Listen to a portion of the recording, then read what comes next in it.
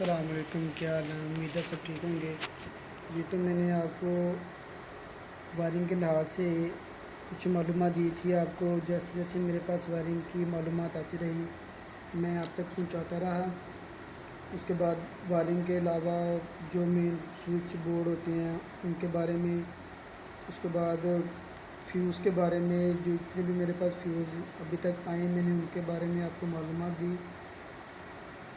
اس کے بعد میں نے آپ کو ارتھنگ کے سسٹم بتایا، ارتھنگ سسٹم کس طرح سے کی جاتی ہے، فیوز کا کیا کام ہے، مین سوئچ بورڈ کا کیا کام ہے، اس کے بعد فیوز کا اس کے اندر کیا کام ہے، کون سا فیوز کتنی جو کرنٹ کی مزاحمت برداشت کر سکتا ہے اور کون سا فیوز کتنی مزاحمت برداشت نہیں کر سکتا، اس کرنٹ کا جو ایک سرکٹ وہ بتایا۔ اس کے بعد الیکٹرک سسٹم میں، جو وائرنگ سسٹم میں استعمال ہونے والی جو کیبلز ہیں، تارز ہیں، سامان ہیں، اس کے بارے میں نے آپ کو بتایا، ساری معلومات دی۔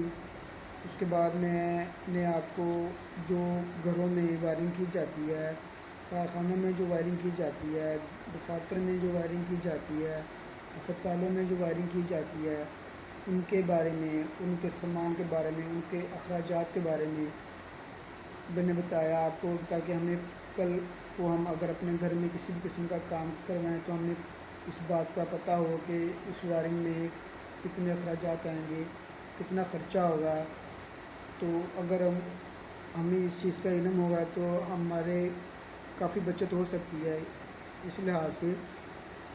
اس کے بعد ارتھنگ سسٹم جو ہے پتہ ہونا چاہیے ہمیں کہ ارتھنگ سسٹم کیا سسٹم ہوتا ہے، اس کے لیے کیا چیز ہوتی ہے، ارتھنگ سسٹم کیوں کیا جاتا ہے، کس لیے کیا جاتا ہے، ارتھنگ سسٹم ضروری ہے یا نہیں ہے، ارتھنگ سسٹم کا اگر لیکیجز ہو جائے، اگر صحیح طرح سے ارتھنگ سسٹم نہ ہو تو وہ ایک انسان کے لیے جانی خطرہ بھی ہو سکتا ہے، اس کا ایک جھٹکا لگنے سے انسان کی موت بھی واقع ہو سکتی ہے۔ ارتھنگ سسٹم ایک بہت ہی اہم سسٹم ہے جو کیا جاتا ہے، اس کی جو معلومات ہے، ارتھنگ لیکوڈ جو ہے، ارتھنگ الیکٹروڈ جو ہے، اس کے بعد ارتھنگ کے بارے میں، ارتھنگ سسٹم ڈیزائن کرنے میں ارتھنگ کے حصے جو ہیں وہ بتایا آپ کو۔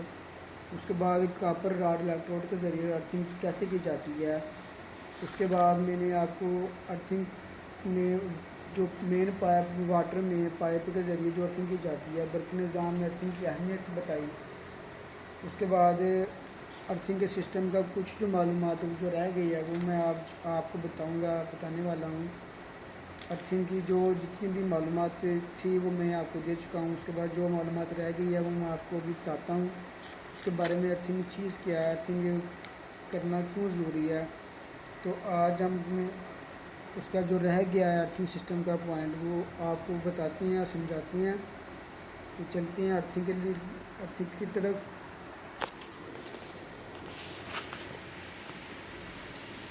ارتھ الیکٹروڈ یا ارتھ پلیٹ، جی وہ کہہ رہا ہے ارتھ الیکٹروڈ یا ارتھ پلیٹ، وہ کہہ رہا ہے وہ دھاتی پلیٹ جو زمین میں ایک خاص گہرائی پر دبائی جاتی ہے اور اس کو ارتھنگ لیڈ کے ساتھ جوڑا جاتا ہے، ارتھنگ پلیٹ کہلاتی ہے۔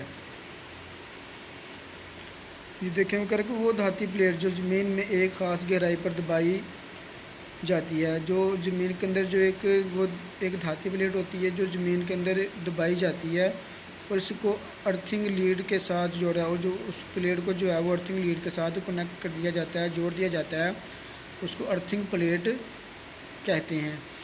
اس کے بعد وغیرہ کہ یہ پلیٹ ارتھنگ لیڈ اور زمین کے درمیان بہت ہی کم مزاحمت کا راستہ بناتی ہے۔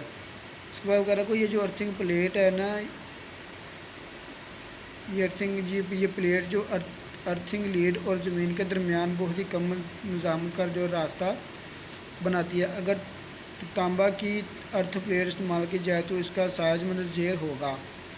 کرے کہ اگر جو تانبے کی جو ارتھ پلیٹ استعمال کی جائے تو اس کا سائز مندرجہ ذیل ہوگا، سائز لمبائی ضرب چوڑائی ضرب موٹائی، 3 ضرب 600 ضرب 600 ملی میٹروں میں یا 2 یہ دیکھیں، اگر جی 1 پلیٹ استعمال کی جائے تو اس کا سائز یہ ہوگا 600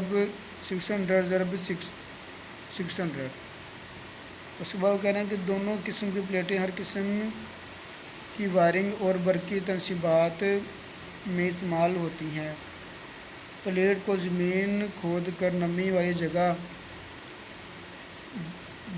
جگہ دفن کر دیا جاتا ہے کیونکہ زمین کی گہرائی کے بڑھنے سے مزاحمت کم ہوتی ہے۔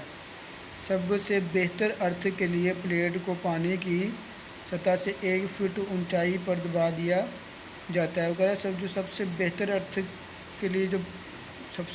ارتھ کے لیے پلیٹ کو پانی کی سطح سے 1 فٹ اونچائی پر دبا دیا جاتا ہے، اور اس طرح دفن کی گئی ارتھ پلیٹ والے ارتھنگ سسٹم کی مزاحمت 1 اوم ہوتی ہے۔ پلیٹ کے گرد نمی کی موجودگی ضروری ہوتی ہے۔ نمی کو قائم رکھنے کے لیے موجود دفن کی گئی پلیٹ کی گرد لکڑی کے پسے ہوئے کوئلے، ریت اور چونے کی آمیزہ کی ایک تہ جما دی جاتی ہے۔ جی تو یہ اس نے اس کے ساتھ بتائی ہے ڈایاگرام۔ G1 پائپ اور ارتھنگ لیڈ، یہ ارتھنگ لیڈ، ٹھیک ہے۔ اس کے بعد ارتھ پلیٹ، یہ ارتھ پلیٹ ہے، اور ارتھ الیکٹروڈ، ٹھیک ہے۔ اس کے بعد ارتھ لیڈ اور ارتھ پلیٹ کو آپس میں جوڑنے کا طریقہ، یہ دیکھیں یہ آپس میں جوڑے ہوئے ہیں۔ ارتھ لیڈ اور ارتھ پلیٹ کو آپس میں جو جوڑنے کا طریقہ وہ یہ ہے، یہ اس کا ایکس رے ادھر سے ادھر اور اس کا ایکس رے سے ادھر سے،